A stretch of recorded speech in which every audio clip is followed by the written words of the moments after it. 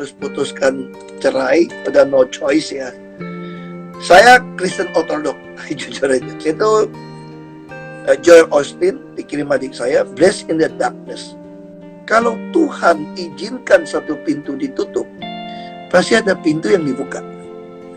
Ketika ada orang broke up your relationship, ninggalin kamu, Tuhan pasti menyediakan seseorang buat kamu.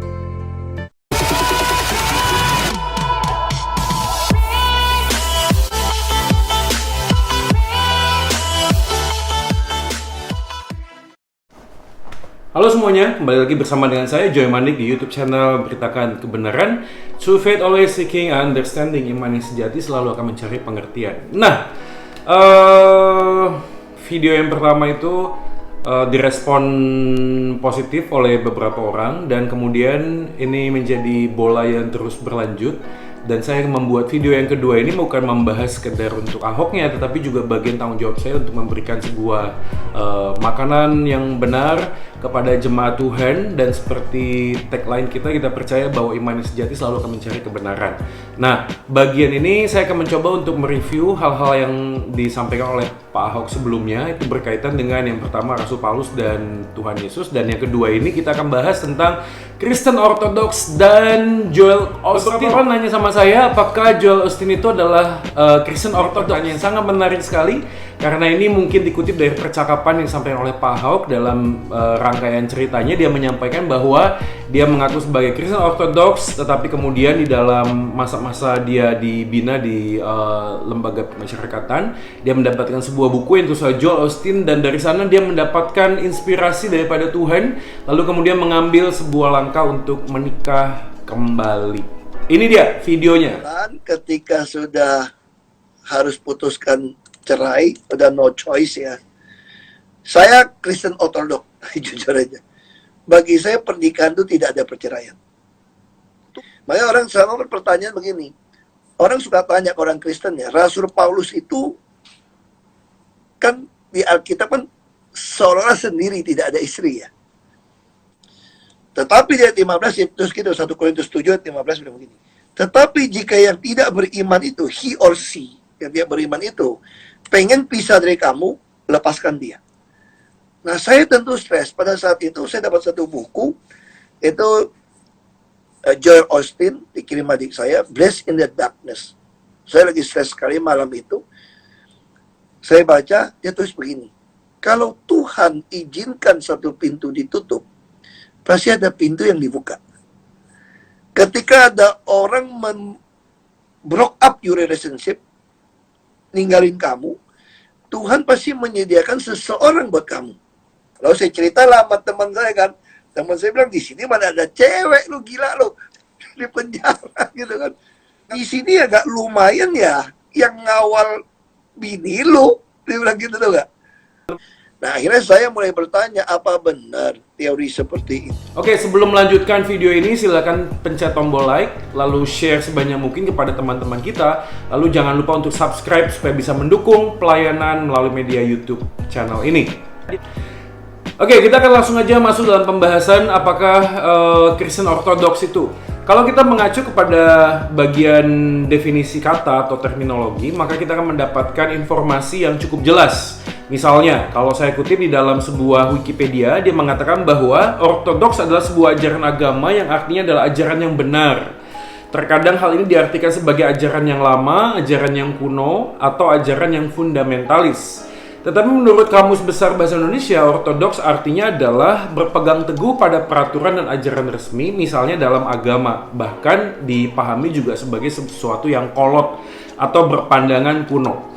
Jadi kalau Pak Ahok menyampaikan tentang Kristen Orthodox, ada dua kemungkinan yang dia sedang pahami. Saya nggak bisa diskusi dengan dia, tapi kemungkinannya adalah satu, tentang ajaran. Yang kedua, kemungkinannya adalah tentang denominasi. Juga mengacu kepada ajaran Back to the Bible, yaitu reformasi. Ya, sebuah prinsip yang kemudian mengangkat satu temanya, yaitu sola scriptura, hanya Alkitab saja, yang adalah kebenaran firman Allah yang mempunyai otoritas yang paling tinggi di dalam kehidupan orang Kristen. Jadi kalau kita mengacu kepada perkataan Pak Ahok yang bicara tentang Kristen Ortodoks, mungkin yang dia sedang sampaikan adalah ajaran tentang ajaran reform. Bahkan kalau kita melihat backgroundnya sebelumnya dengan Ibu Veronica, kita bisa melihat bahwa beliau bergereja di sebuah gereja yang memang kiblatnya adalah ajaran tradisi reform. Dengan demikian, maka kemungkinan besar Pak Ahok adalah Kristen Ortodoks yang mengambil sebuah pemahaman, sebuah dasar ajaran tentang ajaran reform. Dan yang menariknya adalah reform bukan hanya sekedar denominasi. Saya sudah jelaskan di dalam YouTube saya sebelumnya tentang bagian ini. Tetapi reform adalah back to the Bible, yaitu apapun yang kita sedang katakan, putuskan, dan pelajari haruslah seperti apa yang Alkitab atau kitab suci katakan kepada kita. Dan yang lebih menarik adalah di dalam tradisi reform kita juga percaya bahwa penafsiran Alkitab yang terbaik, yang paling benar adalah the scripture interpret the scripture. Maka saya yakin kita bisa saja salah menafsirkan, menginterpretasikan firman Tuhan, tetapi firman Tuhan tidak mungkin salah. Maka cara yang paling benar untuk bisa melihat kebenaran firman Tuhan yang sungguh-sungguh adalah membiarkan kitab suci itu berbicara secara konsisten, secara koheren. Satu dengan yang lainnya tidak ada yang bertabrakan, dan satu dengan yang lainnya juga saling melengkapi. Maka di dalam tradisi reform kita percaya ayat-ayat yang tidak jelas akan dijelaskan dengan ayat-ayat yang sudah jelas. Oke, kalau begitu apakah Joel Osteen adalah salah seorang yang mempunyai tradisi atau pemahaman ajaran doktrin yang reform atau kembali kepada Alkitab? Sebelum kita bicara tentang Joel Osteen, coba saksikan dulu beberapa video kutipan yang saya dapatkan berikut ini. Jesus is the way, the truth, and the light, and the only way to the Father is through Him. That's not really a message of condemnation, but of truth. Yeah, I would agree with her. I believe So that. then That's a what. Jew is not going to hell. No, I mean, you can't. Well, no, here's my thing, Larry. Is I can't judge somebody's heart. You know, I don't know. Only God can look at somebody's heart, and so I don't know. To me, it's not my business to say, you know, this one is or this one isn't. I'm just saying, here's what the Bible teaches, and I want to put my faith in, you know, in Christ. And I think it's wrong when we go around saying, you know, you're not going, because it's not exactly my way. I'm not going to be the God. You believe your way. I believe my way. I believe my way with all my heart. But So someone who doesn't share it well, is wrong, isn't it? Yeah. Well, I don't know if I look at it like that. I would present my way, but I'm just going to let God be the judge of that. I mean, I don't know. So you make no judgment on anyone No, but about atheists. No, I just, you know what? I'm gonna let God be the judge of who goes to heaven and hell. And I present the truth, and I say it every week. You know, I believe it's a relationship with Jesus. But you know what? I'm not going to go around telling everybody else if they don't want to believe that. That's going to be their choice. God's got to look at your own heart. God's got to look at your heart. And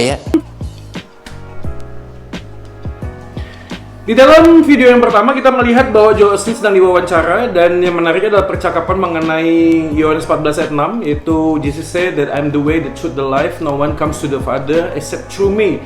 Akulah jalan kebenaran dan hidup, tidak ada seorang pun yang dapat datang pada Bapa tanpa melalui aku. Dan kemudian sang pewawancara menanyakan kepada Joel Osteen, bagaimana dengan orang-orang yang di luar Kristus? Dan yang menariknya adalah kalau Anda mencoba melihat bagian ini, Joel Osteen tidak mengambil sebuah pandangan yang jelas. Bahkan dia mengatakan, I cannot judge anyone. Only God can judge. Oke, kalimat ini sebenarnya kalimat yang multitafsir, ya. Anda bisa berpandangan apapun, tetapi saya bisa menangkap satu esensinya adalah Joel Osteen tidak bisa menjelaskan bahwa di dalam setiap agama ada eksklusivitas. Doktrin setiap agama mengatakan bahwa dirinya adalah yang paling benar.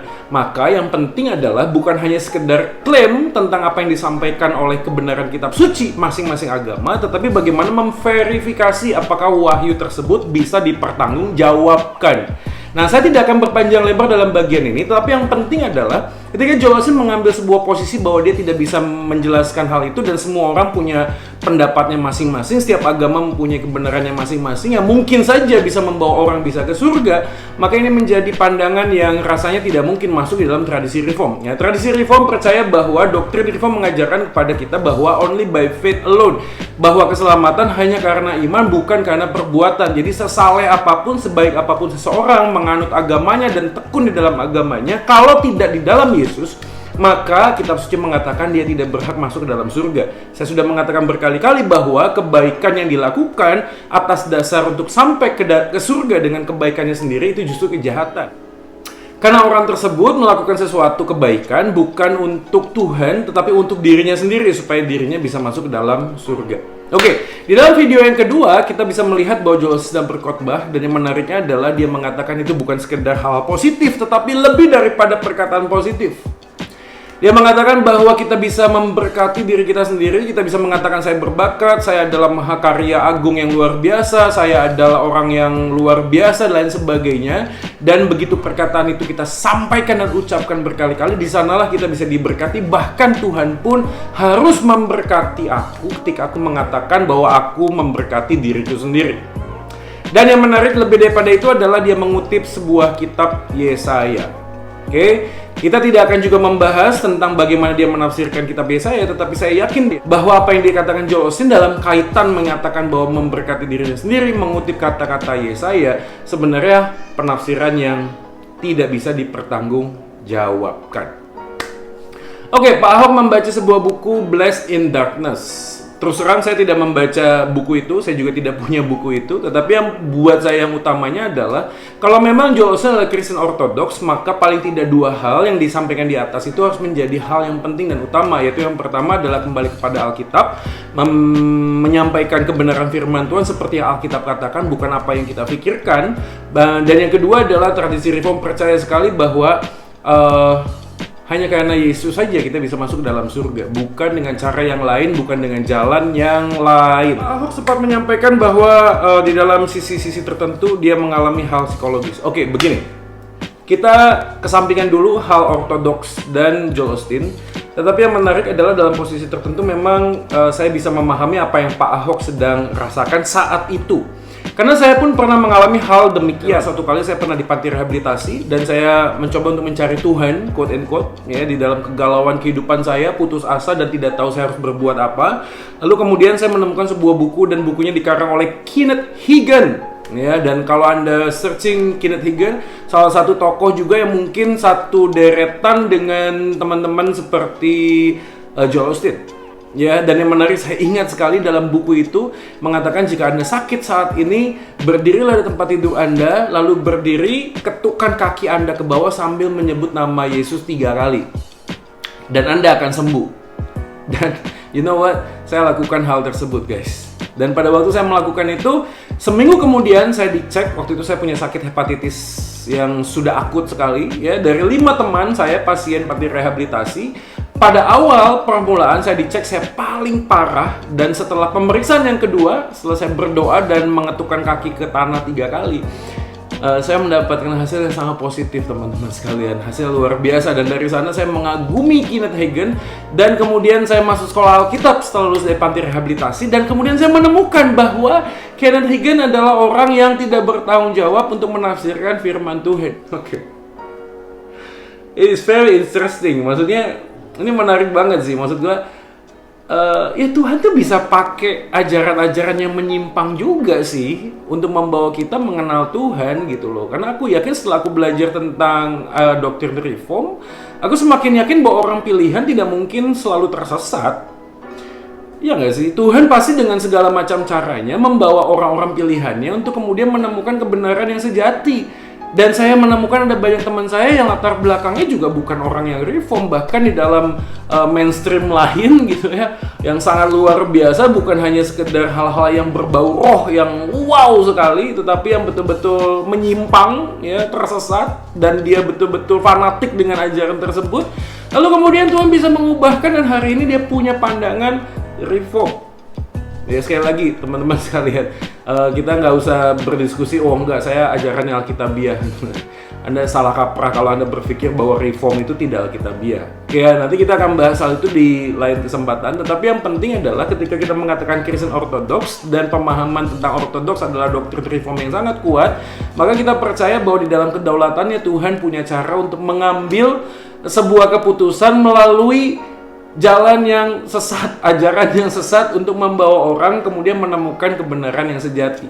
Tentu Anda bisa membaca misalnya Kejadian pasal 50 ketika Yusuf menjalani sebuah kehidupan yang sangat luar biasa, pontang-panting, dan semua saudara-saudaranya menjatuhkan dia, menjual dia, tetapi justru Tuhan menggunakan segala kejahatan dan segala dosa yang dilakukan oleh saudara-saudaranya untuk menyatakan kebaikan yang kemudian di akhir baru boleh nampak.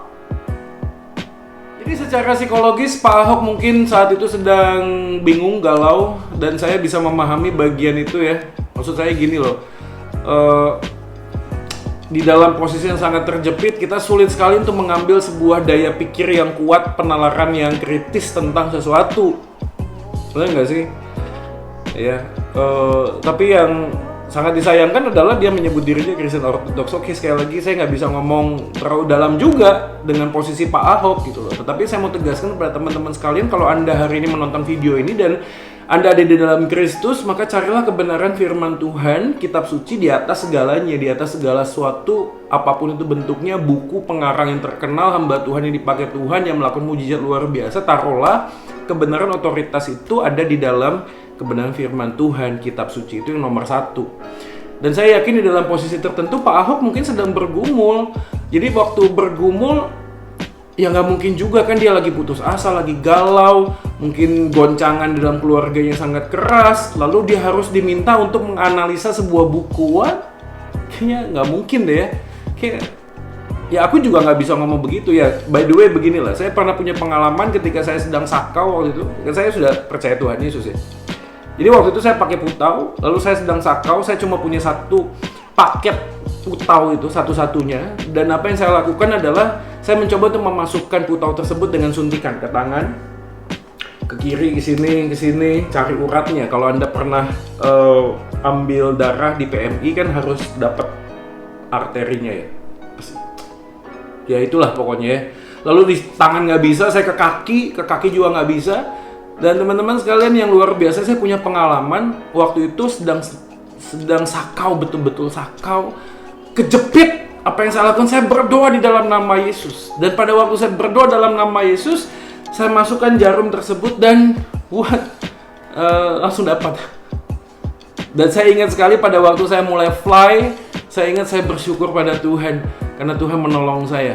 Dan ketika saya bertobat dan masuk sekolah Alkitab, saya tanya kepada Bapak rohani saya pengalaman ini, dan mengatakan bahwa itu iblis yang menggunakan kata Yesus. Karena Alkitab mengatakan bahwa iblis bisa mengutip kata-kata Alkitab kok untuk menjelaskan, menjebak manusia kan. Jadi sekali lagi saya mau menyampaikan bahwa di dalam satu sisi Pak Ahok mungkin mengambil keputusan dan mengatakan demikian, dia Kristen Ortodoks, tapi kemudian membaca buku Joel Osteen dan mengatakan bahwa di dalam bukunya ketika satu pintu tertutup, Tuhan bisa membuka pintu yang lainnya, dan kemudian dikaitkan dengan goncangan keluarganya ketika harus berpisah dengan Ibu Veronica, lalu Tuhan membuka pintu yang baru, dan itu adalah ajudannya istrinya sendiri.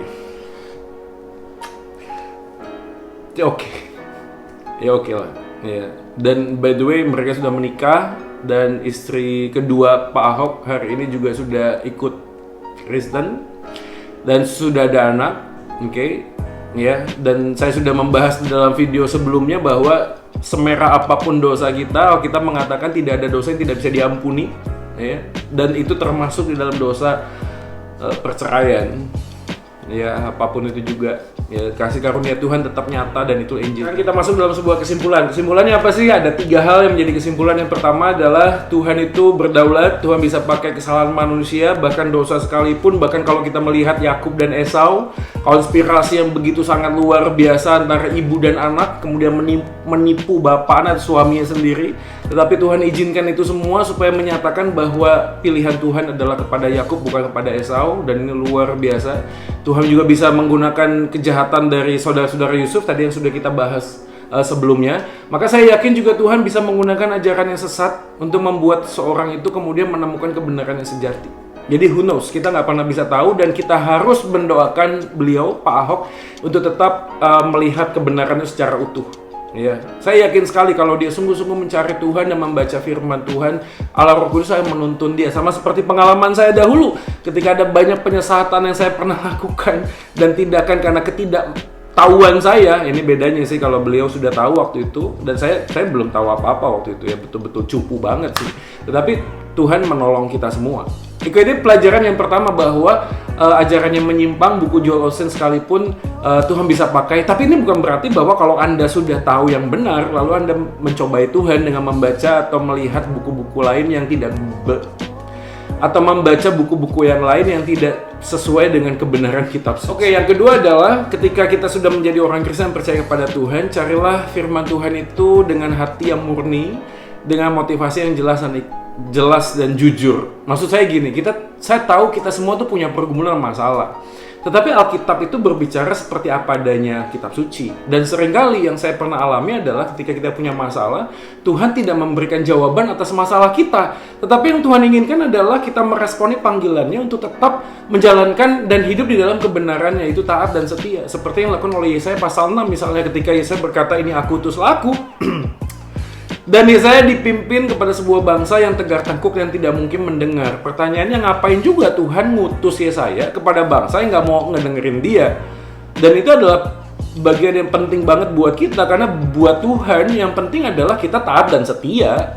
Hasilnya adalah di tangan Tuhan, kita nggak bisa loh menentukan hasilnya. Poinnya adalah, oke, ada panggilanku, aku lakukan. Kita punya masalah masing-masing, entah itu keluarga, pekerjaan, di dalam masa-masa seperti ini juga kita punya masalah. Tetapi biarkanlah hati kita dan pikiran kita itu tetap murni, tetap objektif, dan melihat firman Tuhan seperti apa yang firman itu katakan, dan lakukan apa yang firman Tuhan katakan. Oke, yang ketiga adalah fokus kepada Injil Kristus. Seperti hal yang pertama yang kedua, saya yakin sekali dalam A sampai Z, dari Kejadian sampai Wahyu, Tuhan itu berbicara dengan benang merah, yaitu Yesus Kristus. Jadi menempatkan apa yang menjadi kesukaan, kesenangan Yesus di atas segalanya. Karena kematian Yesus sudah menebus dosa kita, bangkit dan naik ke surga. Tidak ada yang lain yang lebih utama dan lebih indah di dalam hidup ini, kecuali kasih Yesus yang panjang, lebar, dalam, yang luar biasa, tingginya, nggak bisa terselami oleh pikiran manusia. Dan saya yakin bahwa ketika kita menempatkan Injil Kristus di atas segalanya, kita akan menemukan sebuah jawaban yang mungkin orang lain nggak bisa tahu, nggak bisa lihat. Inilah 3 hal, dan izinkan saya mengutip sebuah bagian yang Rasul Paulus katakan di dalam Galatia pasal yang pertama ayat 6, dan nanti ayat yang ke-10 menjadi penutupnya. Nah, Paulus mengatakan demikian, aku heran bahwa kamu begitu lekas berbalik daripada Dia yang oleh kasih karunia Kristus telah memanggil kamu dan mengikuti suatu Injil lain yang sebenarnya bukan Injil. Hanya ada orang yang mengacaukan kamu dan yang bermaksud untuk memutarbalikkan Injil Kristus. Tetapi sekalipun kami atau seorang malaikat dari sorga yang memberitakan kepada kamu suatu Injil yang berbeda dengan Injil yang telah kami beritakan kepadamu, terkutuklah dia. Seperti yang telah kami katakan dahulu, sekarang kukatakan sekali lagi, jikalau ada orang yang memberitakan padamu suatu Injil yang berbeda dengan apa yang telah kamu terima, terkutuklah dia. Ayat 10, jadi bagaimana sekarang? Adakah ku cari kesukaan manusia atau kesukaan Allah? Jadi bagaimana sekarang? Adakah ku cari kesukaan manusia atau kesukaan Allah? Adakah ku coba berkenan kepada manusia? Sekiranya aku masih mau mencoba berkenan kepada manusia, maka aku bukanlah hamba Kristus. Wow. Paulus mengatakan ada Injil yang lain. Dan Injil itu berkaitan kepada otoritas. Bukan hanya sekedar pengajaran atau dogma, tapi bicara tentang otoritas. Ketika kita mengikuti Injil yang sesungguhnya Yesus katakan, maka kita menempatkan Yesus di atas segalanya. Tapi ketika kita menempatkan Injil yang lain, maka bukan kesukaan Allah yang sedang kita cari, tapi kesukaan kita sendiri. Pertanyaan, apakah kita hamba Kristus atau hamba manusia? Jangan lupa pencet tombol like, share sebanyak-banyaknya kepada rekan-rekan dan sahabat kita supaya mendapatkan video pembinaan ini. Dan kemudian teman-teman yang belum subscribe, tolong subscribe channel YouTube ini supaya mendukung pelayanan melalui media YouTube ini. Sampai di sini dulu, Tuhan Yesus memberkati. Soli Deo Gloria, Tuhan Yesus memberkati.